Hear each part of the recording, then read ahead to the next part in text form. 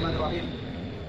Alhamdulillahirabbil alamin. Allahumma shalli ala sayyidina Muhammad wa ala alihi wa sahbihi wa sallim. Qala al-musannifu Hafiz Syekh Muhammad Hashim Asy'ari muassis Jam'iyah Nahdlatul Ulama fi kitabih al-musamma bi 40 haditsan tata'allaqu bi mabadi'i Jam'iyah Nahdlatul Ulama ila an qala rahimahullahu ta'ala wa nafa'ana bihi wa bi 'ulumihi fid darain amin ila an qala Rasulullah sallallahu alaihi wasallam inna dina an-nasiha inna dina an-nasiha inna dina an-nasiha. Qalu liman ya Rasulullah? Qala lillahi wa li kitabihi wa li rasulihi wa a'immatil muslimina wa 'ammatihim. Ini perlu dimaknai betul enggak? Perlu lah. Mana apa penjelasan itu? Makna ini biar. Mana nih sana? Harfan harfin. Bismillahirrahmanirrahim. Qala Rasulullah sallallahu alaihi wasallam. Rasulullah sallallahu alaihi wasallam telah bersabda, "Inna dina teman setuhune agama iku an-nasihatu nasihat." Ngarepaken bagus. Rasulullah SAW telah bersabda, sesungguhnya hakikat agama adalah pengharapan baik, mengharapkan baik. Kata mutiara ini karena saking pentingnya diulangi 3 kali oleh Rasulullah. Inna dina an-nasihat, inna dina an-nasihat, inna dina an-nasihat. Sesungguhnya sejatinya agama itu yang nasihat, mengharapkan kebaikan. Hakikat agama itu mengharapkan kebaikan. Hakikat agama itu sesungguhnya mengharapkan kebaikan. Diulang 3 kali. Jadi sampai para sahabat itu tambah kepo. Bertanyalah mereka, mengharapkan baik untuk siapa? Bagi siapa? Demi siapa? Qalu, Daud takon satu para sahabat. Sahabat pun akhirnya bertanya, mengharapkan baik liman kedua sinten? Engge sinten? Ada yang manai liman karena arahi sinten buat siapa atau demi siapa mengharapkan kebaikan itu? Ya Rasulullah, itu putusannya Allah. Wahai Rasulullah, mengharapkan kebaikan itu kepada siapa? Itu kalau mananya mari. Kalau mananya kedua, mengharapkan kebaikan itu untuk siapa? Itu kalau mananya kedua kaki. Kalau lamnya itu bermakna karena arahin, mengharapkan kebaikan demi siapa? Wahai Rasul. Jadi liman itu 3 makna. Karena huruf jar itu multi makna. Maknanya banyak sekali. Iya. Makanya kata Syekh Ahmad An-Nahrawi yang menazamkan Awamil Murjani sekaligus guru nahunya Syekh Nawawi Banten mengatakan apa? Fajrur bidis inkum ma'ashrin harfa takun fatinan aliman dan zulfa. Jarkanlah isim dengan 9 huruf, niscaya kamu akan jadi cerdas, fatinan, aliman, alim. Tidak hanya begitu, tapi dan zulfa, memiliki kedudukan dekat dengan Allah. Padahal cuma apa? Mengajarkan isim dengan 19 huruf. Kenapa bisa memiliki 3 keistimewaan sekaligus? Karena huruf jar itu super agak jelimet sehingga membutuhkan kecerdasan. Yang kedua, penting sekali dalam memahami makna-makna lembut dari Al-Quran, dari hadis, dan bahasa-bahasa Arab lainnya. Kayak tadi liman itu aja bisa kita maknai 3. Demi siapa? Untuk siapa? Kepada siapa kita mengharapkan kebaikan, menjalankan agama. Akhirnya Rasulullah SAW menjawab, lillahi, untuk Allah, demi Allah, kepada Allah. Satu, agama itu mengharapkan kebaikan demi Allah, untuk Allah, kepada Allah. Wali kitabihi, lan kedua atau maring atau kena arahin kitabe Allah. Wali rasulihi lan kedua maring atau kena arahin putusane Allah. Wa a'immatil muslimin dan pira-pira tokoh atau pimpinan pira-pira umat Islam. Wa ammatihim lan umumi muslim. Jadi mengharapkan kebaikan itu objeknya atau faktornya ada 5. Pertama demi Allah, kepada Allah, Rasul, Al-Quran dulu, kita suci Allah, kita suci kita semua Al-Quran. Ketiga, Rasulullah. Keempat, tokoh-tokoh Muslim, seperti Bang Andi, tokoh kita pada malam ini. Sallallahu alaihi wasallam. Pak Ketua RA kita, Pak Asep, Ibu Asep di samping kanan kiri. Asep satu. Wah, amat ini terakhir untuk masyarakat Malik. Dan seperti saya, di Bang Mana, tentang ayat. Jadi pengharapan baik itu kotak semuanya 5 ini. Nah, itu prinsip pertama yang disampaikan oleh Abu Syekh Muhammad Hashim Asy'ari dalam kitab hadisnya. Makanya dalam pengajian pimpinan anak cabang Rijalul Ansor Kecamatan Kramat Batu ini sangat penting sekali kita membumikan karya hadis Abu Syekh. Pertama, untuk menegaskan bahwa Pendiri NU itu ahli fikih iya, ahli logika iya, tapi juga sebelum itu semua ahli hadis.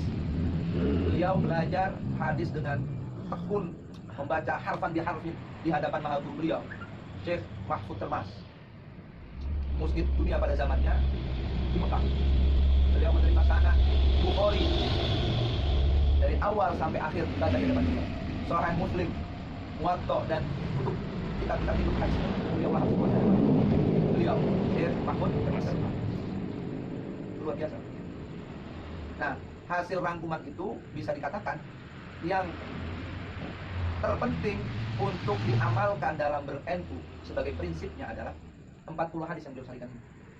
Jadi tidak memudahkan kita agar kita yang mungkin pura-pura sibuk ini menelaah begitu banyak kitab-kitab ilmu hadis yang besar-besar itu. Beliau ringkasan nih minimal 40. Nah, kita akan memasarkannya melalui pengajian-pengajian dari satu rumah, tuan rumah kita yang perdana pada malam yang penuh berkah ini. Terima kasih sudah menyediakan fasilitasi menjam dengan baik. Ketua PAC sendiri. Alhamdulillah, alhamdulillah. Ustaz Asep Khalisunalaikum. Insyaallah. Kita doakan semoga beliau panjang umurnya, Amin. segera memiliki omongan, Amin. dan beliau sudah menjadi pengantin baru. Amin. Luar biasa. Semoga berkah semuanya. Amin. Nah, jadi 40 ini kita akan kaji satu persatu. Tadi kita sudah memulainya dengan hadis nomor pertama bahwa hakikat agama itu ya fondasinya mengharapkan kebaikan. Karena mengharapkan kebaikan, Islam tidak pernah memaksa. Yang ada adalah mengharapkan kebaikan. Bisa tersampaikan, alhamdulillah. Bisa juga tidak pun harus tetap tidak boleh berputus asa. Nah, di sini dalam kitab yang lainnya Basyir Asy'ari mensarah menerangkan intisari hadis pertama ini, yaitu dalam kitab An-Nurul Mubin yang saya pegang. Bahwa pertama hadis ini diriwayatkan oleh sahabat Tamim Ad-Dari radhiyallahu anhu.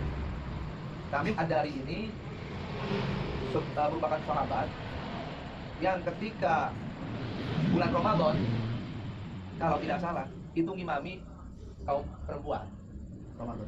Yang imamnya adalah Tamim Ad-Dari. Kalau nggak Tamim Ad-Dari ya sahabat Abdul bin Mas'ud. Tapi kalau nggak salah beliau Tamim Ad-Dari. Kita sih imam perempuan. Tarawih.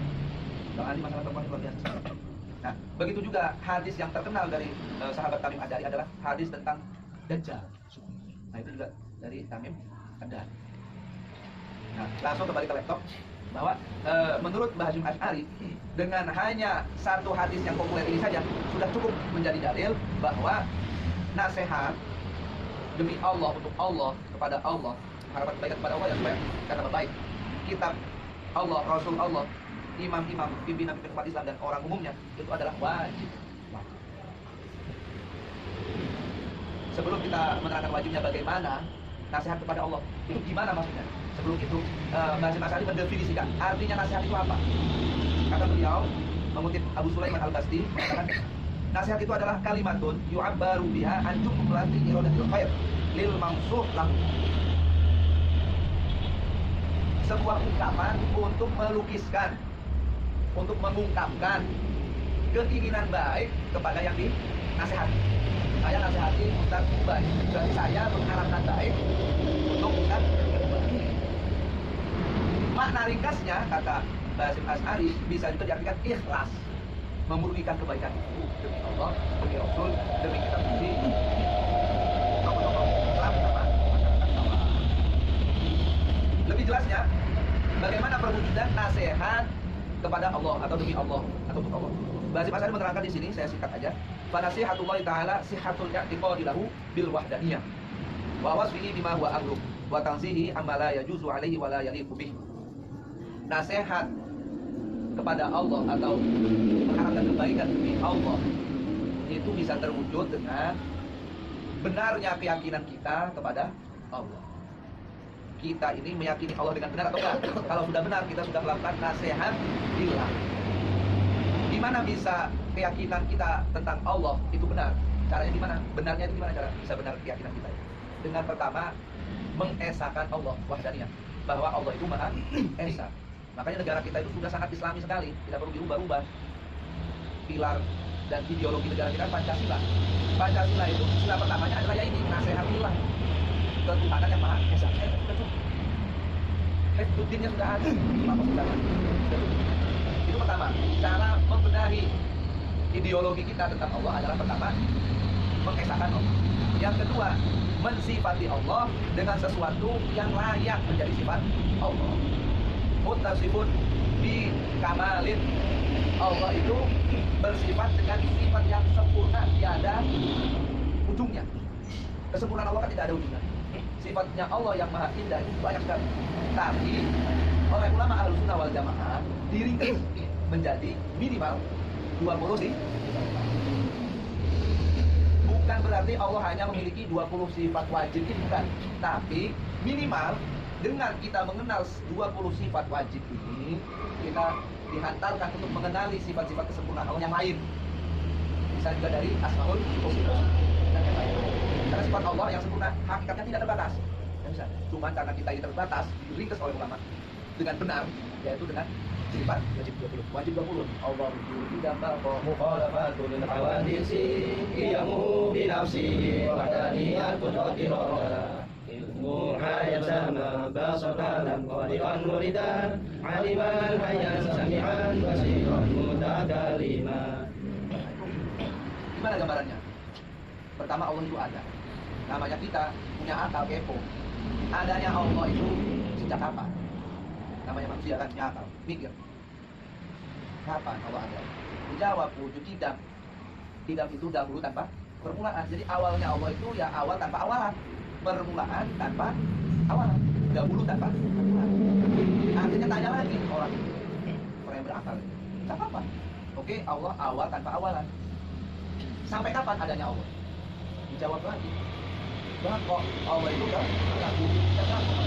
kekal itu akhirat tanpa akhirat, kekal tanpa akhir. Wal awal wal akhir. Awal tanpa awalan, akhir tanpa akhirat. Akhirnya tambah jelimet. Emang ada, yang ada. Terus akhirnya Allah itu bagaimana kata? Dari awalnya sejak kapan sampai kapan? Bertanya lagi, berarti kayak apa Allah itu? Tambah lagi. Wujud tidak kayak apa berarti? Wujud di Allah kayak apa? Sing awal tanpa awalan, sing akhir kayak apa? Dijawab, mukhalafatul lil hawadits laisa kamitslihi syai'un wa huwas samiul basir. Boten kayak apa? Berbeda dengan semua ciptaan. Tidak ada istilah jeruk, minum jeruk. Tidak seperti semua makhluk, tidak ada. Setiap terbenak dalam kita tentang gambaran Allah, maka Allah berbeda dengan bersifat hati. Ini minimal prolognya begitu aja dulu lah. Tentang apa? Sifat 20 yang terpenting salbiahnya. Menentukan yang punya kekurangan dalam gambaran kita. Ditepikan semua. Jadi sifat 20 itu sebenarnya adalah menjawab pertanyaan-pertanyaan yang biasanya terbenak dalam hati seorang yang mencari Tuhan. Ya, coba aja ayatnya. Dijawab dengan sifat 20 itu dengan singkat, padat, jelas dan benar. Singkat, padat, jelas dan benar. Mengenal Allah. Luar biasa karya ulama-ulama. Terus, kewajiban untuk membenahi etikot itu selain mengesahkan, mensifati Allah dengan benar, juga membersihkan dari sifat-sifat yang tidak layak disandarkan kepada Allah. Yang tidak layak apa? Ya tadi kebalikannya 20 sifat wajib, berarti 20 sifat mustahil dan lain-lain. Nah, itu yang pertama, nasihat lillah. Diterangkan oleh Mbah Hashim Asy'ari, nasihat li kitabihi, mengharapkan kebaikan demi atau kepada kitab suci Allah. Kitabnya Allah, kitab suci Al-Quran. Itu gimana perwujudannya, itu pengamalan agamanya gimana? Pertama, mengimani bahwa Al-Quran itu memang kalamullah, firmannya Allah. Mengamalkan isinya, memperbaiki bacaan kita terhadap firman Allah tersebut, khusyuk ketika kita membaca sekaligus menghayat. Karena membaca Al-Quran dengan maknanya itu merupakan obat. Nah, gimana tuh lagunya? Doa hati lima. Terus ya? Maca Quran kudu kena imanane. Kang kaping do. Mungkin isi maulid lah, soalnya ada yang cocok.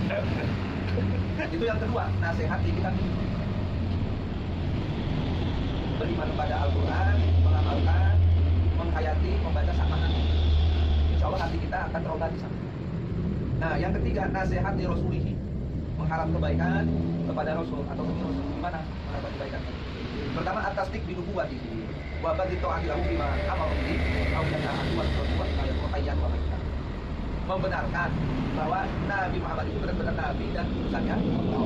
Kalau sudah membenarkan demikian, otomatis kita mentaati perintah Nabi, menjauhi larangan Nabi. Nah, itulah kita cip. Hakikatnya agama yang begitu. Menghormati Nabi, baik Nabi itu sudah meninggal, apalagi ketika masih hidup. Ketika masih hidup, itu kewajibannya para sahabat. Ketika sudah meninggal, kewajiban kita ini yang masih hidup. Nabi Muhammad sudah meninggal ya, tapi rohnya masih hidup. Kita percaya itu. Wong syahid baik, arwahnya itu sudah meninggal kan. Nabi Muhammad ketika Isra melihat Nabi Musa lagi sholat di tempat kuburannya, rohnya dalam sebuah hadis, siapa yang sholat kepadaku, maka muncul malaikat melaporkan sholawatnya, disampaikan ke makom. Allah bangunkan ruhku untuk menjawab. Sudah ada ya ruh. Itu jelas bahwa walaupun Nabi betul jasadnya sudah meninggal, tapi kita harus tetap menghormati beliau. Makanya pertama, tidak ada yang bisa dan memang tidak akan bisa menggambar wujud Nabi wajah yang lain. Yang notabene kata Nabi, man ro'ani fakot ro'ani. Siapa yang mengaku memang benar-benar melihat, entah itu lewat tidur atau kenyataan. Mestinya Nabi yang bisa kita temui saat tidur, misal mimpi ketemu Nabi, bisa digambarkan. Nggak bisa, ada yang sakit. Dan hukumnya secara fikih memang haram. Justru itu tidak menghormati Nabi.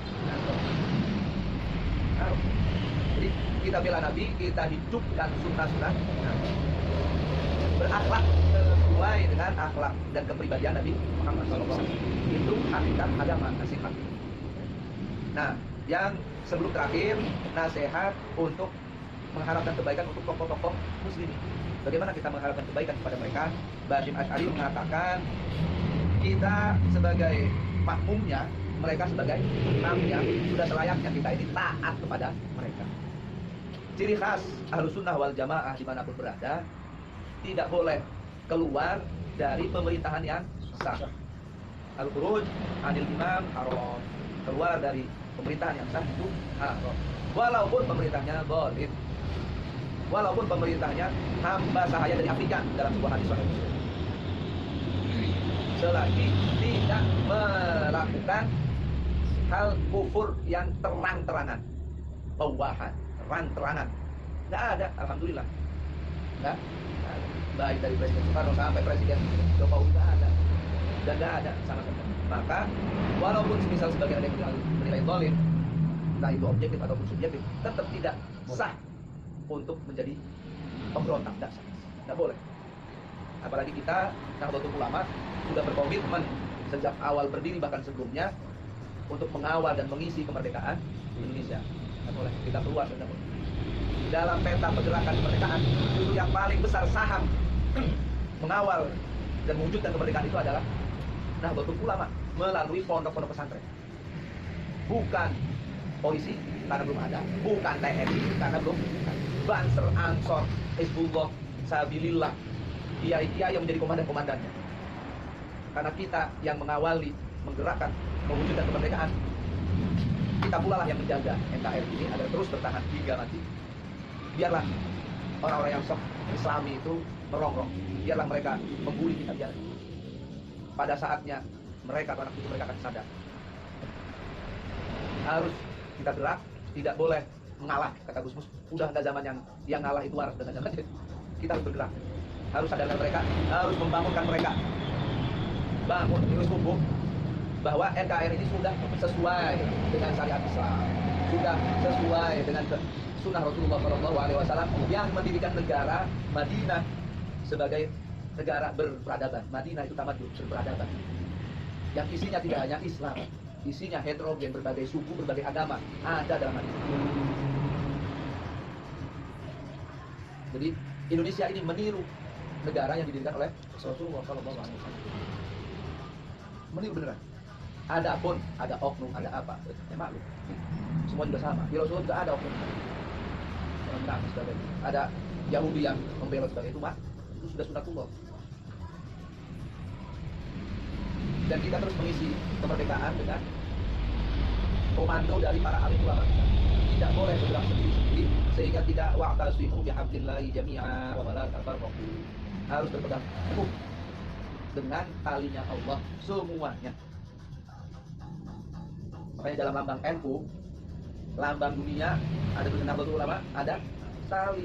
Tali menggambarkan persatuan dan mewujudkan wa'tasimu bihablillah jami'an.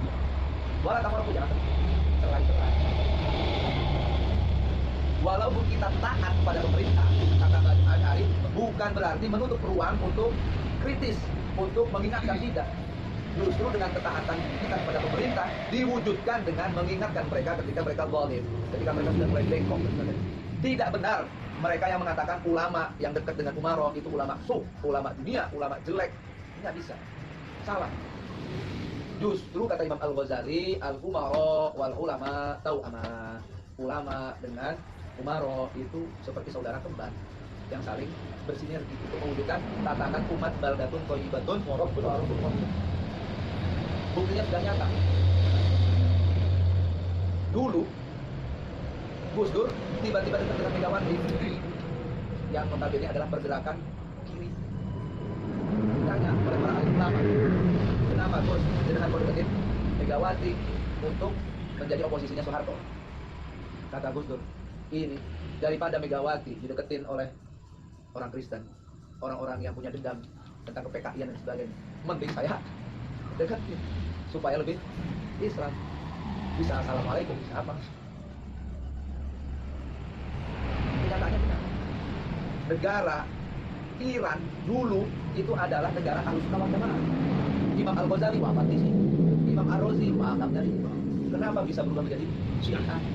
Karena ulama-ulama Ahlussunnahnya jauh, tidak bisa mendekat kepada pemerintah. Pemerintahnya ngerangkul ya Syiah, jadilah negara Syiah. Arab Saudi dulu adalah pusatnya Ahlussunnah wal Jamaah. Makanya ulama-ulama kita dulu berbondong-bondong ke Makkah. Pesannya itu Faskunil Haram atau wahada sumatola sebelumnya itu ya, Faskunil Haram. Kita tahu bahwa pesan rubah Faskunil Haram, tinggallah di tanah suci Mekah. Karena memang pusatnya. Tapi karena ulama kita terhalang, tidak bisa mendekati, membisiki penguasa baru King Saud itu, Abdul Aziz. Nah, yang di dekat mereka adalah ulama Wahabi, keturunannya Muhammad. Maka negara yang menguasai Hijaz, Mekah, Madinah berubah apa menjadi umpama Abu Yamuk tadi, ulama-ulama NU ini tidak mendekati Pak Jokowi, tidak membimbing Pak SBY, tidak mengimbangi Pak Soeharto, tidak mendekati Pak Soeharto, negara ini bisa menjadi sesuai yang mendekatinya. Siapa? LDIT, dapat dari TIT, HTI, FPI, Wahabi, atau bahkan non-Muslim. Makanya penting posisi ulama ada masing-masing dasarnya. Nah, ya betul, gak semuanya harus terjun bersama ke panggung politik, terjun bersama mendampingi umaroh, tapi harus ada fardu kifayah. Sebagian ulama mepet dengan umaroh dan tidak bisa langsung menjustis dia adalah ulama, sudah bisa. Karena pentingnya pendampingan, pengawalan presiden dan yang mewakilinya di wilayah daerah, provinsi, kabupaten, kota. Itulah kenapa sebagian ulama kita terjun dalam dunia politik. Contohnya aja Abah Ma'ruf. Contohnya saja banyak lagi. Sampai jadi pelaku juga. Karena penting sekali. Posisi ini fardu kifayah. Jadi jangan sampai kosong. Kalau kosong, berubah haluan, berubah jadi petaka.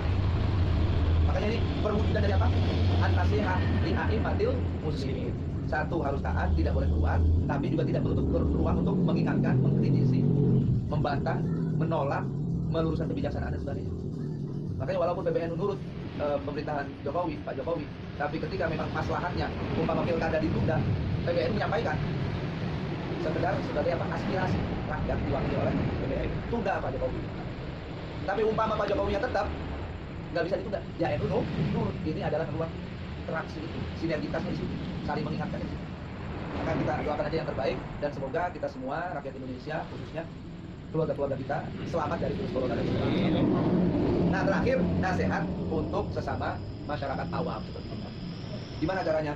Ya, membimbing mereka, menolong kebutuhan mereka, tidak melulu kebutuhan spiritual, tidak melulu tentang kebutuhan pengetahuan agama, tapi pekerjaan, kebutuhan lain-lain lah yang berbangsa dunia pun. bentuk perwujudan kita melakukan hakikat agama itu sendiri. Karena dalam surat Al-Ma'un contohnya, hakikat agama tidak melulu dikaitkan ke akhirat. Ara'aital ladzi yukadzib bid-din fadzalika alladzi yad'u yatim wa la yahuddu 'ala Ta'amil miskin. Jadi pelanggaran sosial, antipati terhadap sesama itu justru orang yang mendustakan agama. Karena kata Guntur, tidak cukup beragama itu menyembah Allah, mentaati agama semata, tapi tidak berbaik hati, tidak berbakti sosial kepada sesama manusia, sesama makhluk Allah, hewan-hewan, sesama lingkungan. Itu ala juga dibukti. Nah, makanya dalam ber-NU ini kita diharapkan bisa melakukan nasihat kelima komponen sekaligus kepada Allah, kepada Rasul, kepada kita, kepada umat Islam, kepada pemerintahan. Salah satu prinsip yang betul ulama menegaskan hakikat agama itu nasihat. Kurang lebihnya begitu. Mari kita tutup pengajian ini dengan bersama-sama baca surat Al-Asr dengan alhamdulillah. Untuk selanjutnya adalah ruang diskusi. Munakosa bahasanya. Pak Sekjen kita. Kurang lebihnya mohon maaf, semoga bermanfaat. Amin. Wallahu muwaffiq ila aqwamit thoriq. Wassalamualaikum warahmatullahi wabarakatuh. Waalaikumsalam warahmatullahi wabarakatuh.